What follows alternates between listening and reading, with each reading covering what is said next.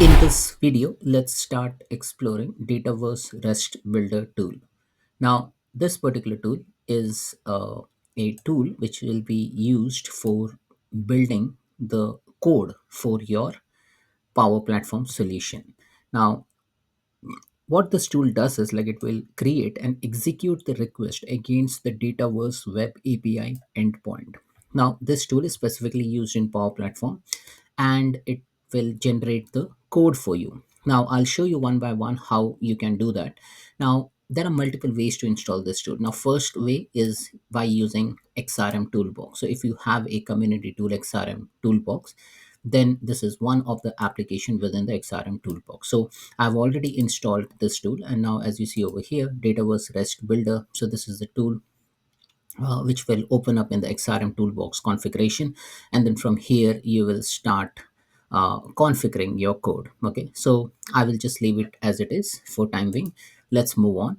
Now, there is another way. So if we go into the browser extension, so if you go to the Edge extensions or the Chrome Web Store, there is a tool through which you can add this particular extension within your browser. So I've already added this extension.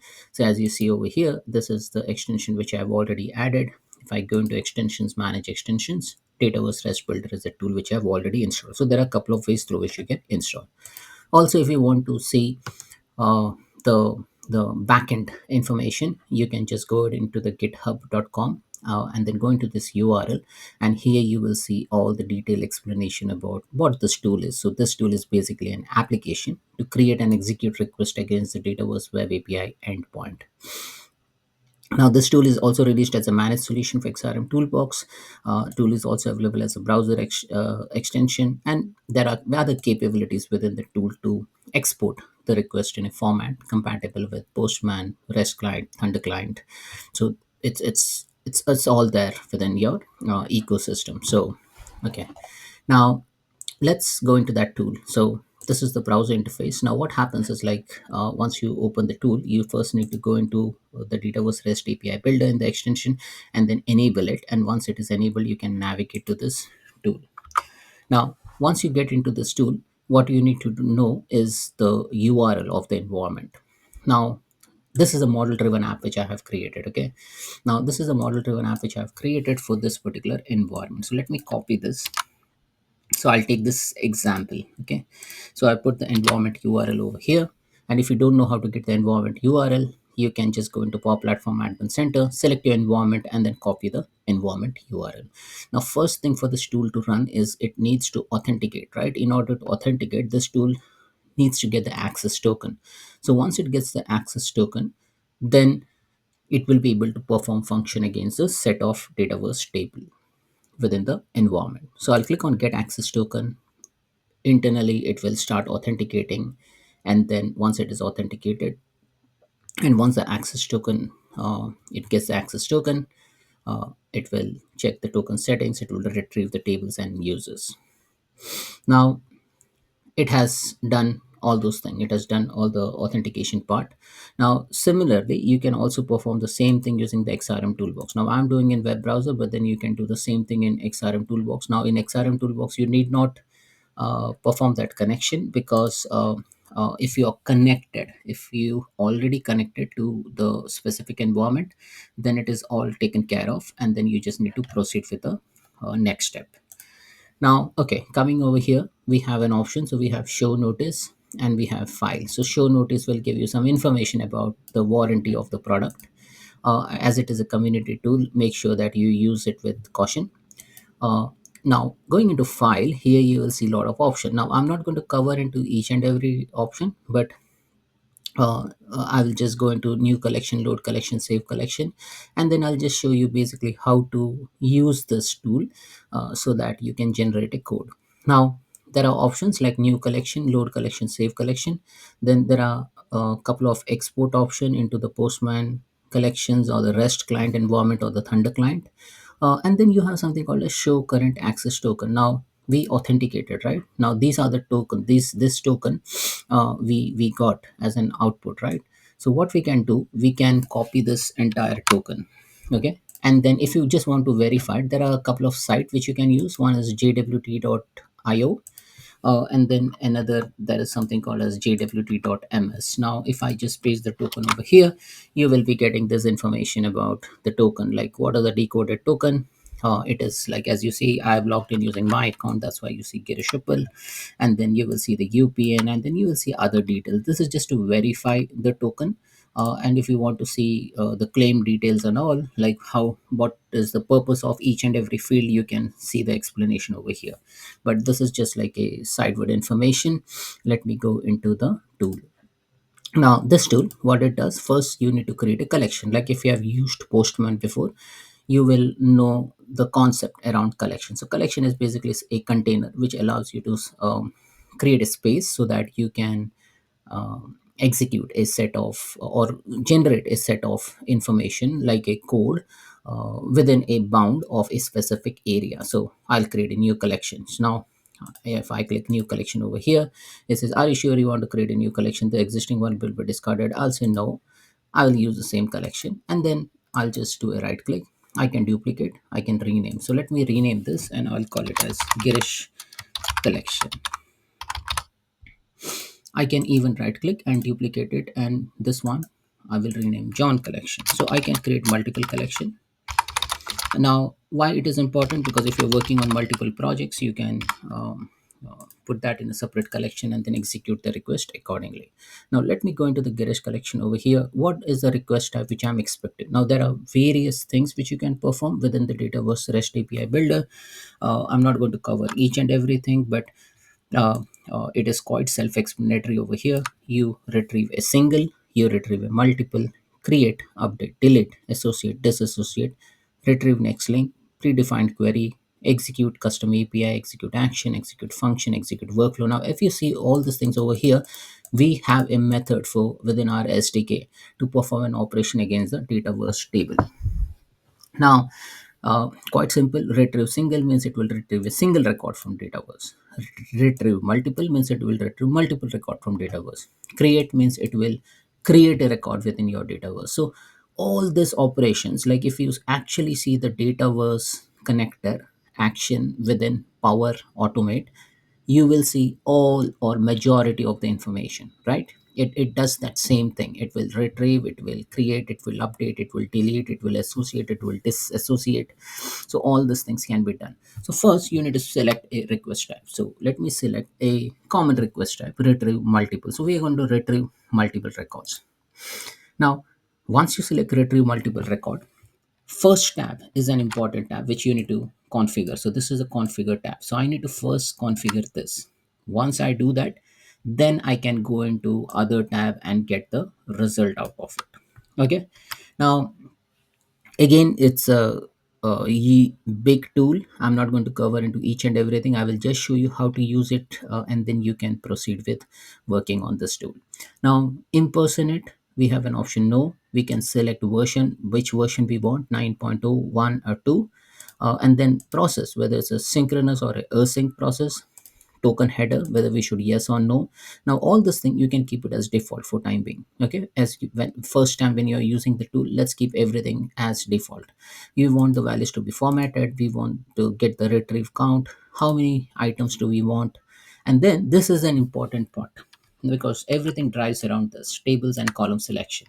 So let's select a table. Now the table, the application which I am working on is the airlines table. Now airlines table is a simple table which lists down all the airlines in the world. Okay, now there are 15 records over here, so let's explore this particular table. Now if I select a table over here, and if I just type in airline, as you see over here, there are a couple of airlines. So I'll go into this airlines. Okay, G Corp underscore airlines is the internal name.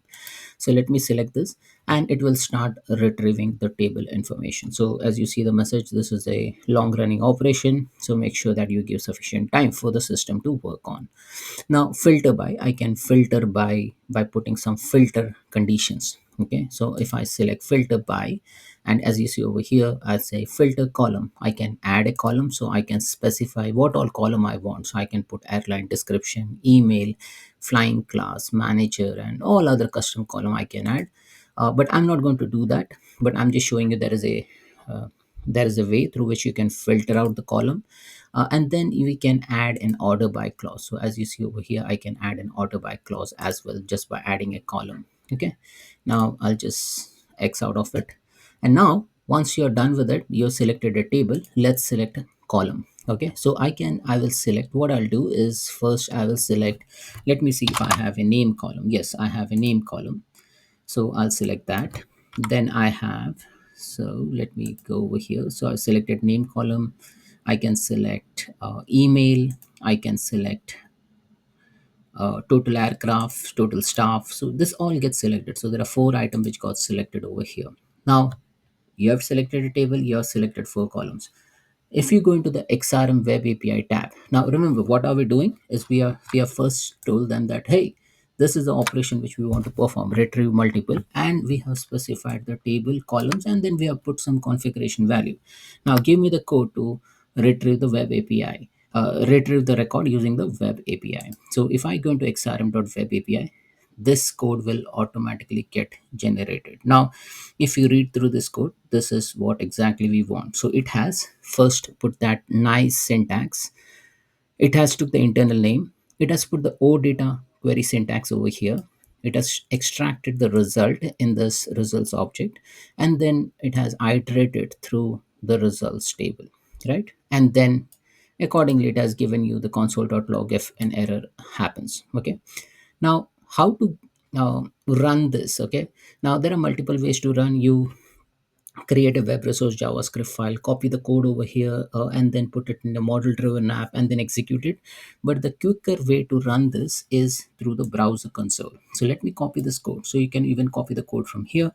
Let me copy the code, and now if I go into the table context over here and let me paste this. Okay, now I'm pasting this value. Now as you see over here, I have pasted this value, and if I press enter, this is the output I get. So entities, and it has given me 15 items, and as you see over here, this is a 15 item which I got. Now I've selected the column name like email, name, total aircraft, and total stuff, and that's why it has given me all these values, right? Now as you see, this is not in a readable fashion. Okay, so maybe what I will do is, let me put the code again. Okay, and here instead of console.log results, okay, now I'm not going to use say other things. I don't want to iterate. Maybe I can get rid of this piece of code as well. Okay, I don't want to get into this. I just want to have this result set. Now instead of console.log, we have an option to just say console.table. Okay, so if I just say console.table, and then you need to specify the result set. So results.entities. So this is the code which you need to specify, results.entities. And then uh, I think I've put everything in caps. Let's not put everything in caps. Results dot entities, and then comma, and then whatever name you want. Now this is a list of column name which you just want to display. Now if you want to keep it very simple, I will just say gcop underscore name. So the name of the airlines. Okay, and then I will put a double quotes and then comma, and then maybe let's put one more column which is gcorp underscore total aircrafts. Okay, so I'm not modifying the code, I'm just replacing console.log with console.table. That's it. And if you put all these values, and if your syntax is correct, let me run this. I think there is something mistake over here. So yeah, so as you see over here, the code which we have changed. So let me copy this again. Yeah, so we removed some value. So let me get rid of this brace. And then as you see, once I execute it, it has given me the selected column name and the total aircraft. Right now, the goal of this entire exercise was to show you, like, if you want to write a complex web api, and if you need to understand the syntax of how the logical name works, what is the syntax, you need not worry about it. This tool covers everything for you. So this has already given you the internal name extraction. You need not go into some tool like level up and get those and individually craft the code. Plus, it has already formed this OData syntax. Now we haven't given any filter by or order by condition, but if you would have given that, it would have added that in the OData syntax over here. And then once you get this code, you can execute it. Now, apart from xrm.web API, if you see the other tab, it gives you the code for fetch. It will give you the code, equivalent code for jQuery, XHR, portals, and then Power Automate as well. So if you're writing a Power Automate flow, and if you are worried about the syntax, like how the syntax works, don't worry about it. You just put your configuration over here. So let me say if I want to filter by, say, AI reply, okay, and the operator is begins with, say, A. So this is just one example, okay. And if I go to Power Automate, it will add that filter row. It will even add the sort by. It can put the row count. All these things can be done. Plus, you will also get fetch XML code over here. Plus, you have a Power Query, and this is how this tool works. So there are a whole bunch of output code which this tool gives you. So make sure that you, instead of manually writing the code, make use of this tool, and you will be able to save a lot of time. So that's it, folks. Thanks for watching. This is all about Dataverse REST Builder tool.